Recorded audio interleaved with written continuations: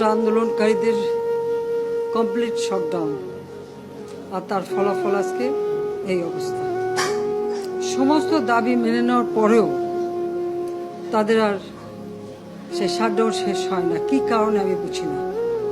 আমরা তো সম্পূর্ণ দাবি মেনে নিয়েছি, একটা মানলে আর একটা, আর একটা মানলে আর একটা, আর এর ফল আজকে জ্বালিয়ে পুড়ে সব একদিকে সরকার, আর আজকে কত মানুষ জীবন হারালো, কতগুলি মানুষ পঙ্গু হয়ে যাচ্ছে, কতগুলি মানুষ। এবং ঠিক এই 2001 সালে এরকম তাণ্ডব বিএনপি জামাত জোট চালিয়েছিল।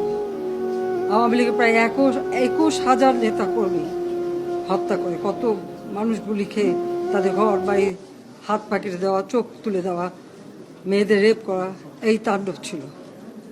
আবার 2013 সালে অগ্নিসন্ত্রাস, 13, 14, 15 আগুন জ্বালানো, সব যে গাড়ির ভিতরে, বাসের ভিতরে মানুষ, সেখানেও আগুন জ্বালানো। 23 সালে সেখানেও সেই তাণ্ডব, আর প্রতিবারই পুলিশের উপরে আঘাত, পুলিশের হত্যা, মানুষ মেরে ঝুলিয়ে রাখা, পুলিশ মেরে ঝুলিয়ে রাখা, গাজীপুরে আমাদের কর্মী মেরে ঝুলিয়ে রাখা। এটা কি ধরনের রাজনীতি আমরা জানি না। যেখানে দাবি করেছে প্রত্যেক দাবি আমরা মেনে নিয়েছি। আর মামলা তো তাদের না, আমার করা প্রজ্ঞাপন হাইকোর্ট বাতিল করে দেয়, সরকারের পক্ষ থেকেই তো আমরা আপিল করি, এবং ওই হাইকোর্টের সে রায় সেটা স্থগিত করে দেওয়া হয়। তাহলে তো আবার কোটা থেকে যায়। তাহলে আন্দোলনটা কিসের জন্য ছিল?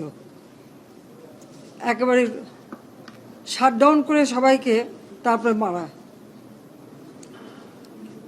যে সমস্ত ঘটনা ঘটেছে আর যেভাবে মানুষগুলি ক্ষতিগ্রস্ত হয়েছে, আর যারা মারা গেছে আমি তাদের আত্মার মাগফিরাত কামনা করি। আর যারা এখন আহত তাদের সকলের চিকিৎসা সুষ্ঠুভাবে হচ্ছে। আমি আমাদের ডাক্তার, নার্স বা কর্মচারী সকলকে আমি আন্তরিক ধন্যবাদ জানাচ্ছি যে তারা দিন রাত অক্লান্ত পরিশ্রম করেছেন। এবং আমাদের স্বাস্থ্য মন্ত্রণালয় থেকে মন্ত্রী, প্রতিমন্ত্রী সহ আমাদের সকলে বারবার এদের দেখে গেছে এবং যা যা লাগে করে দিচ্ছে। আজকে চিকিৎসার জন্য যা যা লাগবে আমরা করে দিচ্ছি।